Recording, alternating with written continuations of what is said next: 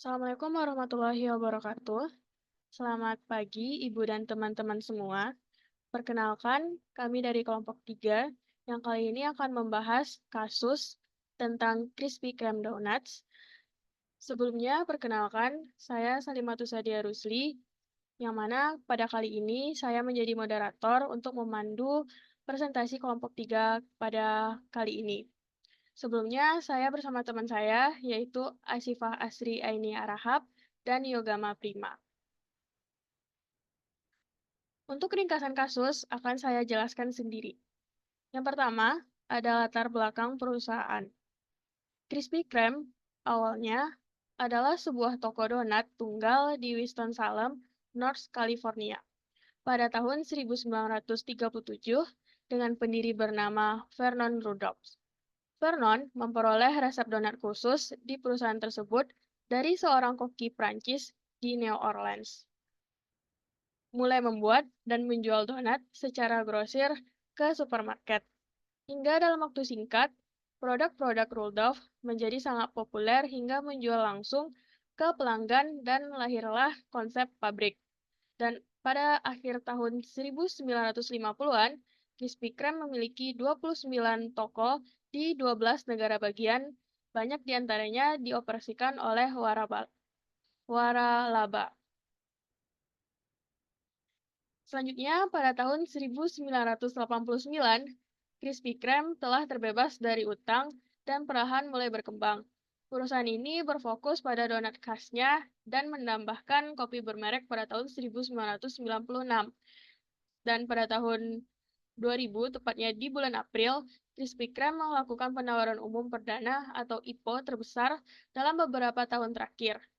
Satu hari setelah penawaran, harga saham Krispy Kreme adalah 40,63 dolar Amerika, memberikan perusahaan tersebut kapitalisasi pasar hampir 500 juta dolar Amerika. Kurang dari setahun setelah penawaran, pada bulan April tahun 2000, saham Krispy Kreme dijual dengan harga 62 kali lipat dari laba dan pada tahun 2003, majalah Fortune telah menjuluki perusahaan ini sebagai merek terpanas di Amerika, dengan rencana ambisius untuk membuka 500 toko donat selama paruh waktu pertama dekade ini.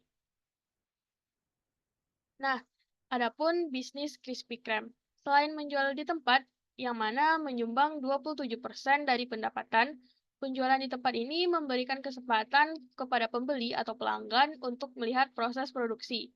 Krispy Kreme juga membedakan diri mereka dengan pesaingnya, dengan produksi 4.000 sampai 10.000 lusin per hari yang dijual secara online dan offline. Yang kedua ada penjualan di luar tempat, yang mana ini di swalayan dan juga toko kelontong, yang menyumbang 40% dari pendapatan. Ada produksi dan distribusi campuran produk dan mesin, menyumbang 29% dari pendapatan, yang mana perusahaan mengelola fasilitas manufakturnya sendiri untuk campuran dan mesinnya. Dan yang terakhir dari royalti dan biaya waralaba, menyumbang 4% dari pendapatan. Sebagai imbalannya, atas biaya waralaba ini dan royalti, pemegang waralaba menerima bantuan dari Krispy Kreme dalam hal operasi, periklanan, pemasaran, akuntansi, dan sistem informasi manajemen lainnya. Awal keretakan Krispy Kreme. Sejak 2001, pandangan terhadap saham Krispy Kreme berubah drastis. Awalnya, banyak analis merekomendasikan untuk membeli saham ini. Namun, seiring dengan munculnya masalah keuangan dan akuntansi, rekomendasi menjadi lebih negatif. Para analis mulai menyoroti masalah mendasar seperti penurunan margin, pengembalian yang lebih rendah, dan isu-isu terkait akuntansi dan manajemen. Selanjutnya, pada bulan Mei tahun 2004, untuk pertama kalinya, sejak penawaran umum dibuka, Krispy Kreme mengumumkan bahwa laba mereka akan 10% lebih rendah dari perkiraan. Perusahaan menyalahkan tren diet rendah karbohidrat yang mempengaruhi penjualan donat. Selain itu, Krispy Kreme juga mengumumkan bahwa kerugian dari penutupan beberapa toko baru dan akuisisi Monata Mills, sebuah jaringan toko roti yang akhirnya menyebabkan perusahaan bertambah rugi. Masalah memuncak hingga Wall Street Journal mengungkapkan bahwa Krispy Kreme diduga menggunakan praktik akuntansi yang agresif dengan cara mengakuisisi waralaba yang berkinerja buruk.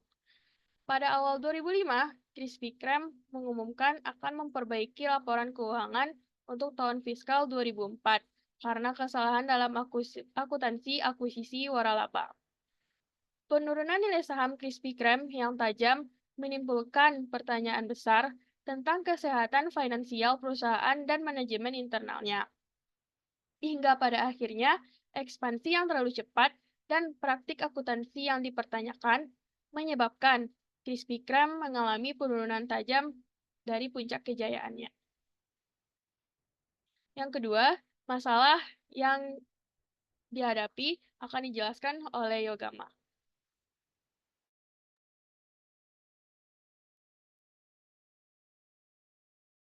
Baik, berikutnya adalah masalah yang timbul dari kasus Krispy Kreme.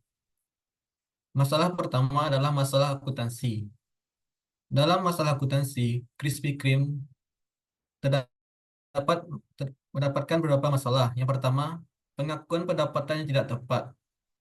Krispy Kreme diduga mengakui bunga yang dibayar oleh pewaralaba sebagai pendapatan langsung. Padahal seharusnya hal ini tidak diperhitungkan sebagai laba. Selain itu, biaya akuisisi waralaba dicatat sebagai aset tak berwujud yang tidak diamortisasi pada akhirnya menggelembungkan neraca perusahaan tanpa mencerminkan realitas finansial yang sebenarnya. Kedua, kesalahan pelaporan keuangan. Krispy Kreme harus memperbaiki laporan keuangan karena beberapa kesalahan akuntansi, terutama terutama terkait akuisisi waralaba. Hal ini menyebabkan kerugian hingga 81 juta US dollar dalam pendapatan sebelum pajak umum tahun fiskal 2004, serta laporan keuangan untuk kuartal pertama dan kedua tahun fiskal 2005 yang harus direvisi. Ketiga, investigasi SEC. Dugaan praktik akuntansi yang agresif mendorong Komisi Sekuritas dan Bursa Amerika Serikat atau SEC untuk melakukan penyelidikan. Investasi ini memperparah ketidakpercayaan investor terhadap kesehatan keuangan perusahaan yang memicu penurunan harga saham secara signifikan. Next. Lalu yang kedua, masalah ekspansi berlebihan. Krispy Kreme melakukan ekspansi yang terlalu cepat tanpa mempertimbangkan keseimbangan antara pertumbuhan dan keberlanjutan operasional. Dalam beberapa tahun setelah IPO, jumlah toko hampir 3 kali lipat dari 144 menjadi 427 pada 2004. Ekspansi besar-besaran ini menimbulkan masalah.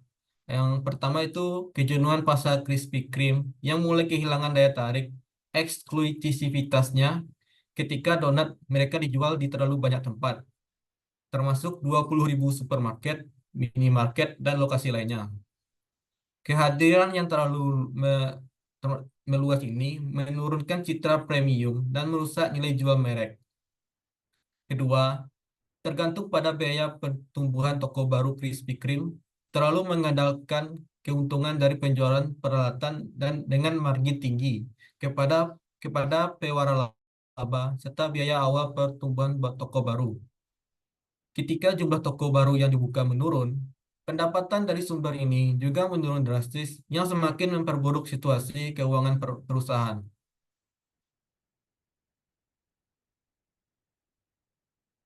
Masalah yang ketiga, ketergantungan pada produk utama.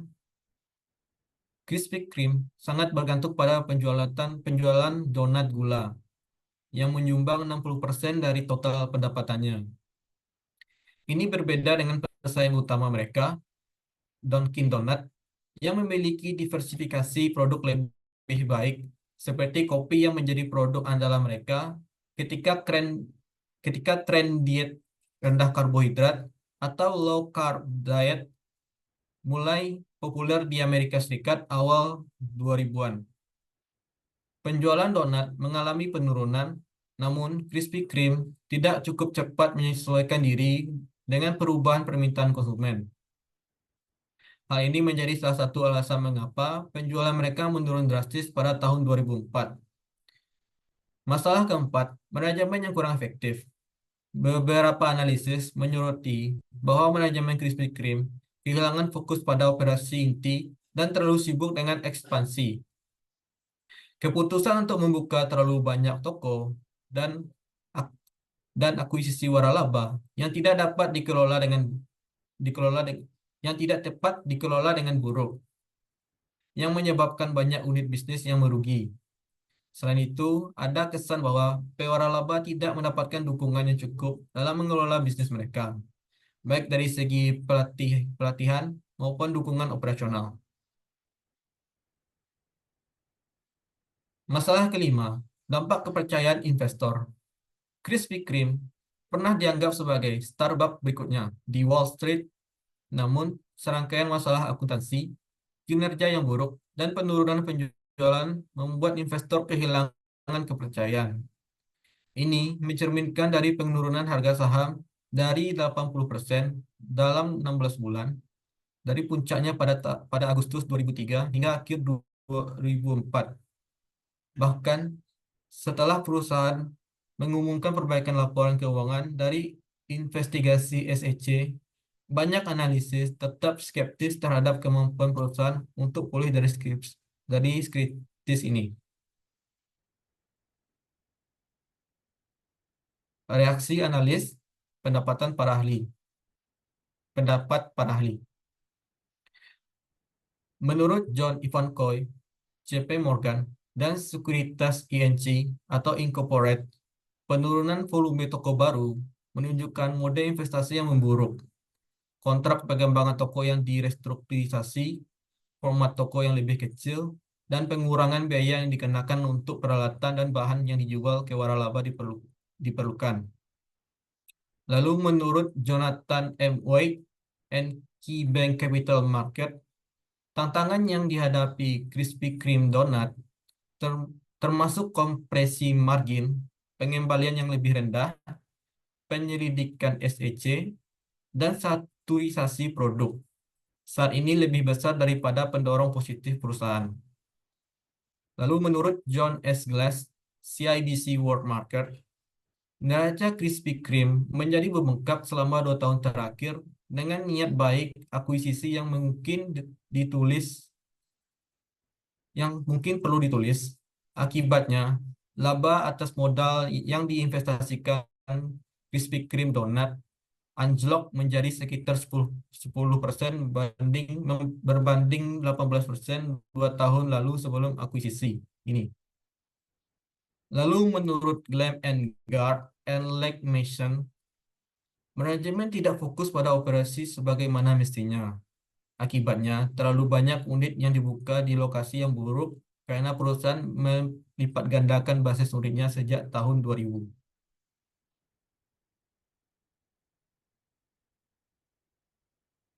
Dan berikut adalah masalah lain yang dihadapi oleh Krispy Kreme.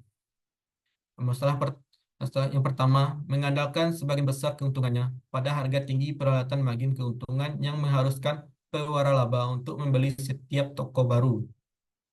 Masalah yang kedua, September 2004, Krispy Kreme mengumumkan bahwa mereka akan mengurangi jumlah toko baru pada tahun ini menjadi sekitar 60 dari yang diumumkan sebelumnya, yaitu 120. Masalah yang ketiga, kegagalan perusahaan untuk memberikan laporan keuangan kepada para pembeli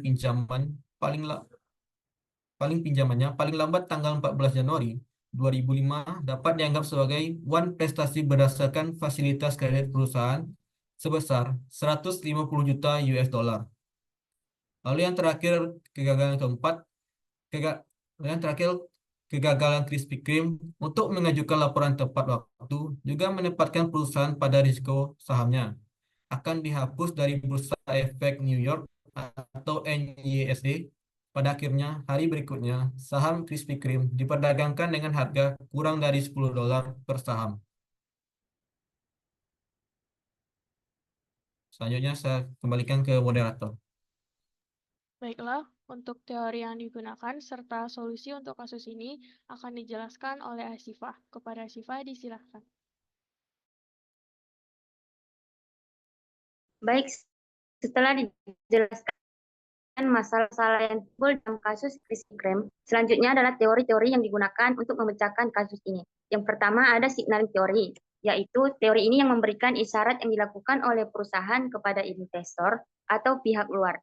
Dalam kasus ini, perusahaan memberikan informasi pada tanggal 7 Mei 2004, pertama kalinya Krispy Kreme ini mengumumkan hasil yang merugikan. Perusahaan memberitahu investor untuk memperkirakan laba akan 10% lebih rendah dari yang diantisipasi. Alasannya karena tren diet rendah karbohidrat baru-baru ini terjadi di Amerika yang berimbas pada penjualan grosir dan eceran. Yang kedua ada agensi teori. Dalam kasus Krispy Kreme, manajemen terlibat dalam praktik akuntansi yang agresif, yang menciptakan ketidakselarasan antara kepentingan manajemen dan pemegang saham. Salah satu contoh praktik ini adalah bagaimana Krispy Kreme mencatat pembayaran bunga sebagai pendapatan dan mengklasifikasikan akuisisi sebagai aset tak berwujud tidak diamortisasi. Selanjutnya, teori yang ketiga yaitu stakeholder teori. Perusahaan memiliki tanggung jawab untuk memenuhi kepentingan berbagai pihak, termasuk pemegang saham, karyawan, pelanggan, dan pemasok. Dalam kasus Krispy Kreme ini, kegagalan perusahaan dalam menjaga integritas keuangan dan transparansi tidak hanya merugikan pemegang saham, tetapi juga merusak hubungan dengan pemangku kepentingan lainnya. Misalnya adalah penutupan beberapa toko baru, kegagalan akuisisi Montana Mills, dan praktik akuntansi yang dipertanyakan menunjukkan bahwa perusahaan mengabaikan kesejahteraan jangka panjang pemangku kepentingan yang lebih luas. Selanjutnya, teori yang keempat adalah efisien capital market theory. Harga aset di pasar modal mencerminkan semua informasi yang tersedia. Ada 3 hipotesis pasar efisien, yaitu bentuk lemah, semi kuat, dan kuat. Pada kasus Krispy Kreme ini, selama 3 tahun sebelumnya, Krispy Kreme telah mencatat 174,5 juta dolar sebagai aset tidak berwujud atau hak waralaba yang diperoleh kembali yang tidak perlu diamortisasi oleh perusahaan. Sehingga pada tanggal pengumuman SEC, saham Krispy Kreme turun 15%, ditutup pada 15,71 dolar per saham. Teori yang kelima yaitu hipotesis entrenchment. Dalam teori ini, manajer dapat melakukan tindakan-tindakan yang melindungi posisi mereka dalam perusahaan, terutama ketika kinerja perusahaan mulai memburuk. Dalam Krispy Kreme, praktik akuntansi yang agresif dapat dipahami sebagai bentuk upaya entrenchment, di mana manajemen berusaha mempertahankan citra baik mereka dan posisi kepemimpinan meskipun ada masalah serius dalam keuangan perusahaan. Teori yang keenam ada trade-off teori, yaitu perusahaan membuat keputusan mengenai struktur modalnya dengan mempertimbangkan trade-off antara manfaat dari utang, seperti penghematan pajak, dan risiko kebangkrutan. Dalam kasus Krispy Kreme ini, perusahaan menghadapi risiko gagal bayar pinjaman sebesar 150 juta dolar. Ekspansi yang terlalu cepat ini dan akuisisi Montana Mills merugikan, menunjukkan bahwa perusahaan mungkin terlalu bergantung pada utang untuk mendanai pertumbuhannya. Yang ketujuh, ada kebijakan dividen, yaitu perusahaan memutuskan pembagian laba kepada pemegang saham dalam bentuk dividen. Dalam kasus ini, penurunan laba yang signifikan pada tahun 2004 dan seterusnya mempengaruhi kemampuan perusahaan untuk membayar dividen. Masalah akuntansi yang dihadapi perusahaan mempengaruhi kepercayaan pasar dan investor, sehingga berujung pada kebijakan dividen yang lebih konservatif atau bahkan penghentian pembayaran dividen. Yang kedelapan ada teori perilaku organisasi, yaitu menyelidiki bagaimana individu, kelompok, dan struktur organisasi mempengaruhi perilaku dalam organisasi yang mana tujuannya untuk menerapkan pengetahuan guna efektivitas organisasi. Dalam kasus Krispy Kreme ini, manajemen tidak fokus pada operasi sebagaimana mestinya, sehingga akibatnya terlalu banyak unit yang dibuka di lokasi yang buruk karena perusahaan melipat gandakan basis unitnya sejak tahun 2000. Selain itu, pewaralaba tidak dilatih dengan baik tentang cara terbaik untuk menjalankan bisnis di luar lokasi mereka. Akibatnya, banyak unit kehilangan uang di luar lokasi dan pewaralaba tidak termotivasi untuk mengembangkan bisnis tersebut. Teori yang kesembilan yaitu teori pertumbuhan perusahaan. Teori ini menyatakan bahwa setiap perusahaan memiliki tahapan siklus hidup yang berbeda, mulai dari pertumbuhan, konsolidasi, hingga penurunan atau kebangkitan. Dalam kasus Krispy Kreme ini, laju pertumbuhan yang cepat menyebabkan hilangnya kontrol manajerial, standar kualitas menurun, dan strategi bisnis yang tidak terkelola dengan baik. Selanjutnya, teori yang ke-10 yaitu teori manajemen operasi. Teori ini berfokus pada bagaimana perusahaan dapat mengelola operasi mereka secara efisien untuk menghasilkan produk atau jasa berkualitas tinggi.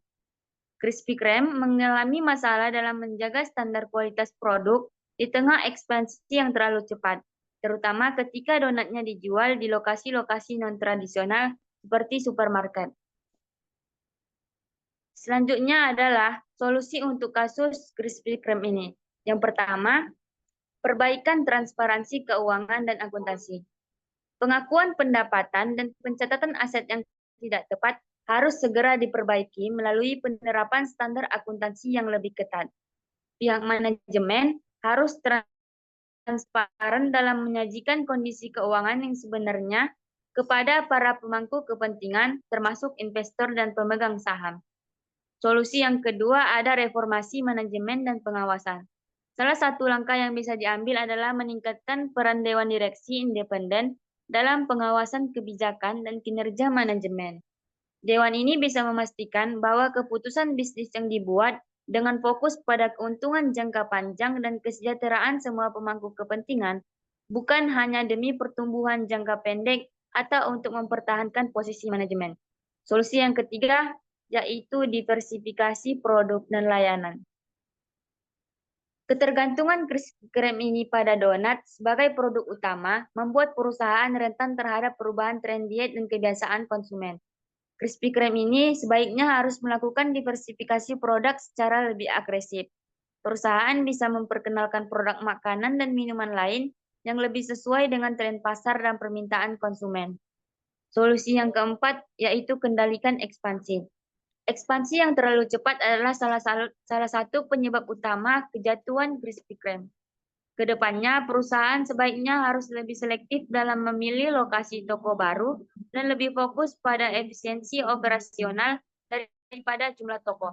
Setiap rencana ekspansi harus didasarkan pada analisis pasar yang komprehensif untuk memastikan potensi keuntungan dan keberlanjutan di setiap lokasi baru.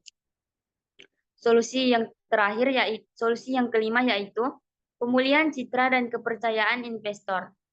Krispy Kreme harus mengambil langkah-langkah untuk memperbaiki citranya yang telah rusak di kalangan investor. Pengungkapan yang lebih baik dan akurat tentang kondisi keuangan perusahaan serta rencana yang jelas untuk pemulihan keuangan akan menjadi langkah awal untuk mendapatkan kembali kepercayaan investor. Solusi yang keenam yaitu penguatan hubungan dengan pemangku kepentingan. Krispy Kreme perlu memperbaiki hubungannya dengan semua pemangku kepentingannya, termasuk karyawan, pewaralaba, pemasok, dan pelanggan. Perusahaan bisa memberikan dukungan yang lebih besar kepada pewaralaba untuk membantu mereka mengelola operasional dengan lebih baik, termasuk pelatihan dan panduan untuk meningkatkan efisiensi bisnis. Sekian teori dalam pemecahan kasus dan solusinya, saya kembalikan kepada moderator. Baiklah, sekian presentasi dari kelompok 3 tentang kasus Krispy Kreme. Apabila ada kesalahan, kami mohon maaf. Saya akhiri. Assalamualaikum warahmatullahi wabarakatuh.